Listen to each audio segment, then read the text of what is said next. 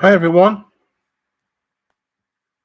So I've mentioned about incompetence in world record recording because I've got some things in with a Guinness at the moment, and hope. I mean, I know that it's the Long Green War is the longest occult book because there's millions of words above everything else.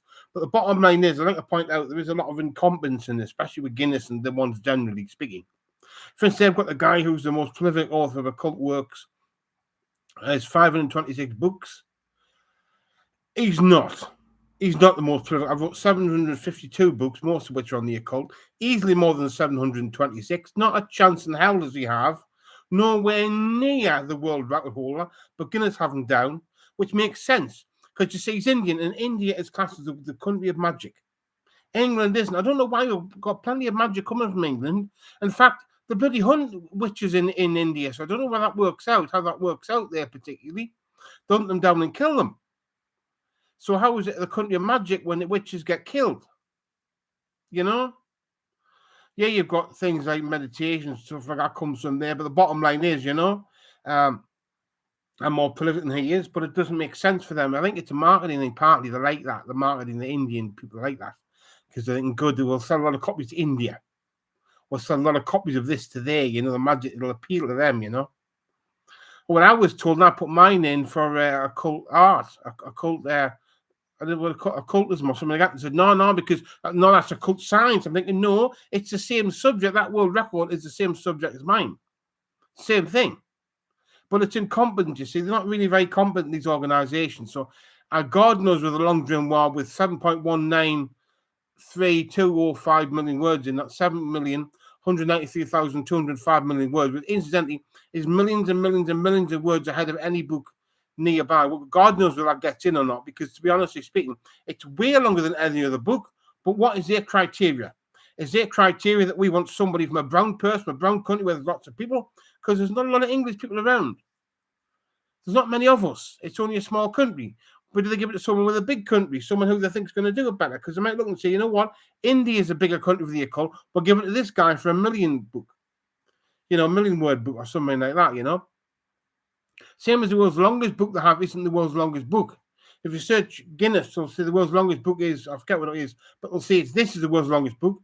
And yet you go into the search engines and AI and you search around a bit, you find the one which is longer. Now, how the hell can that be when AI can find stuff that they can't? It's just not a guide. It's not. And Jason Backer's not the most prolific cover model. Not a chance in hell. I did a total up now with 663 book covers, which is more than he did. Some of them were ebook covers, granted, but I'm not claiming that I thought I was the world record holder. I think I still could be. It's difficult to tell. But there was a female claims to have more, so it could be her, but it's definitely not Jason Backer. Sorry, Jason Backer, but you're not. Sorry, no. Another recording mistake, another recording error. So, I just sort of point out the errors they're making in these recordings of things. And I'm probably the most banned occult author because they banned a lot of these books that I wrote. They banned hundreds and hundreds and hundreds of them. And they were banned across a lot of God knows how many different websites on the internet, which means that if each one of them is a ban, that must put me fairly high up on the most banned author list. But, see, they've got criteria for that, which gets them out of trouble. You see, when these organizations, these human rights organizations to do with authors, goes for banned authors. Oh no, nothing's banned online. We don't have. It's funny that how you can be banned on all these individual sites, but it doesn't count. That doesn't count. But yet, it does count if you're banned from a school in Cincinnati or wherever. That counts as a ban, but doesn't count when it's Amazon. Why not? You know why? Because these organizations that work with banned authors and people and human rights organizations to do with writers need the online world to get their books out. They deal with people who are only banned in one country or or a couple of countries, but are okay online so they can get the work out there still. In other words, they're less shocking than I am. They're less shocking, less controversial than I am. Which is a strange thing to say because most of these ones you're talking about have been put in jail for a while and have been tortured and things like this in jail for huge lengths of time because of their books. And yet I am more controversial. I've been banned more widely than they have. And Guinness have got that one as well. I don't think they'll get that one because, to be honest, the companies involved aren't telling anything. Or as you could say, they are lying. They're saying that I didn't ban me and there's not this many books and all the rest of it. They only banned this many books, only this many on here and things like this. So they're lying, you see, to cover themselves up. Because, see, Amazon and all these companies don't want to be recorded for what they actually are, which is book burners. See, they have the right to remove, Amazon have the right to remove any books they want from their site. Banning them from lots of other sites is a step too far. But like it or not, when you ban over 752 books or 752 books on the occult, right, you get rid of the largest collection of occult works written by a single person, then you are a book burner of the occult. You are an occult book burner. You are burning witchcraft material because it is controversial. It is as simple as that. And that is what history will record them as, book burners. That is what they are. Book burners. Nothing more, nothing less. They are burners of books, the same as Hitler was a burner of books. So was Saddam Hussein. So was Pol Pot. So was Amazon. They are the same. They are no different. They are exactly the same in this regard. They may be in other regards, they may not. They may not torture people and kill people, as far as I know. Whether they support that, we don't know what they do with the profit. They don't release it as dividends. It could well go back into these things. We don't know that. But we do know they burn books. It seems a bit of a conspiracy at the moment on who gets what record, who gets what. It seems they want the people who they find non-controversial, the people they find acceptable, the acceptable face of occultism, the acceptable face of writing, the acceptable face of this and that and the other. But the true face often isn't the acceptable face, it's the real face. The real face is not the acceptable face of these things. It's reality. They're supposed to be reporters and recorders. They're supposed to be reporting reality, not making it up. What they're producing is fake news to a large extent. I hope that I get through and get these records, but I've got a feeling that I won't because they've already knocked me back more than once before for things that I most definitely have. That at the time we're accountable, it could simply count them all. It was that easy, which means they are corrupt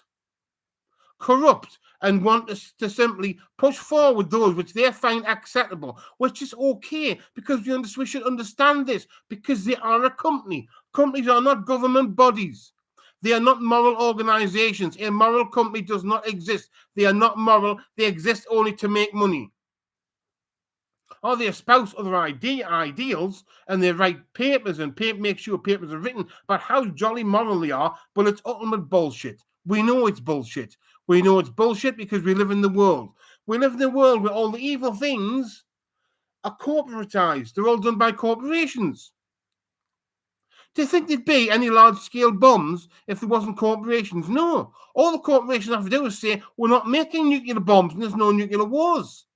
We're not making tanks, and that's it. It would finish there because it happens that way. It is always done by private companies. If they said we're not going to do it, they wouldn't do it. They wouldn't have the organization otherwise to do these things. Nothing would happen. They could end war tomorrow. They could end starvation. We have enough resources for people to survive and to live well. We have enough resources for people not to starve. We have the resources to do this, but it's not in their interest for that to happen. It's in their interest for them to stay rich by keeping other people poor. And when I mean poor, I mean starving. You think anything's changed? Nothing's changed. They're rigging the game. They control it all. They don't change any. They change everything. Nothing changes. They change it. That's how they are the system. It's a fixed system. You think energy prices are going up? Why? They control all the energy. How can it go up when they control it all? They control all the oil, all the gas, all the everything else. Do you actually think the sun's shining less makes a difference? No, because it'll be shining more somewhere else. They control it all. They simply bring the prices up and down. They control the system. It's rigged. The whole thing is rigged. And that is the system we live within, that we live within at the present moment in time, and probably will continue to live within. You know, it's simply the way it works. And the way that they're corruptly cease to record or don't record certain records is only a symptom of this. It's a symptom of the bigger problem that, basically speaking, they do what they damn well please. That's what it comes down to. The biggest is they do what they damn well please. They could have counted how many books I had out. They could have counted them. I sent them. Did they count them? No. Why? Because they did not want to know, because I am British. India is supposed to be the most important country for the occult, so they have to have the world record holder for most occult books, which they most certainly do not. How many other lies have we got from India? I mean, are these Indian world record books, are they all fabrication? You know, like there's a guy claims to have the most degrees in the world as Indian. Are they real degrees? Are they diploma mills? Has he been buying degrees in diploma mills? Are they accredited bodies? Because if they're not accredited bodies, they don't count. You know, the most doctorates, is that just someone who's went and just bought a load online? Or do you actually earn them? If you earn them, that's fine. But if you just bought them online, that's not really a world record. You have to earn these things. It's supposed to earn world records, not scam your way through. Because we have to face up to the matter. A lot of these private companies and countries don't seem to have all the same morality as we do. They don't have our sense of morality. They don't. They let people starve in the street. Now, we have homeless people, but we have places to feed people. We have food banks. They don't have that. They let them starve. They let people sit outside starving, and people sitting outside with babies dying, because that is the way they are. Do they have the resources to sort the problem out? Of course they do. And yet they still have slavery, modern slavery, but slavery all the same. And if we're talking Pakistan, it's even worse. If your father is a slave in Pakistan and he has an indentured servant, he owes a debt and he has to work it off, and you're born, normally your mother, the wife comes with him, and you're born in that factory, you are then a slave and owned by that factory with no way out.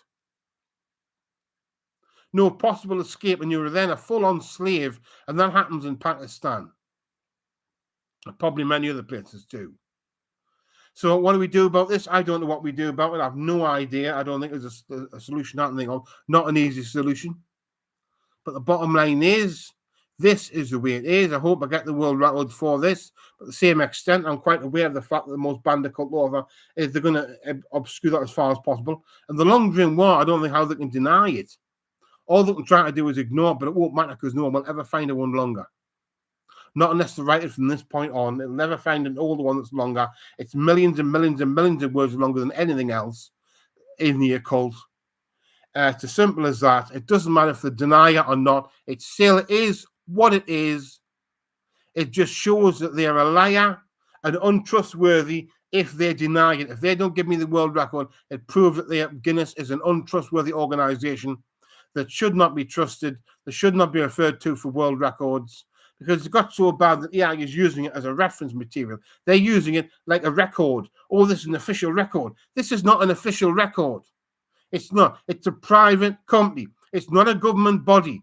It's a private company out to make money with its own agenda. It is as simple as that. They do not get it right. They've got it wrong on many occasions, and I hope they don't get it wrong on mine. My name's S. Rob. Bye.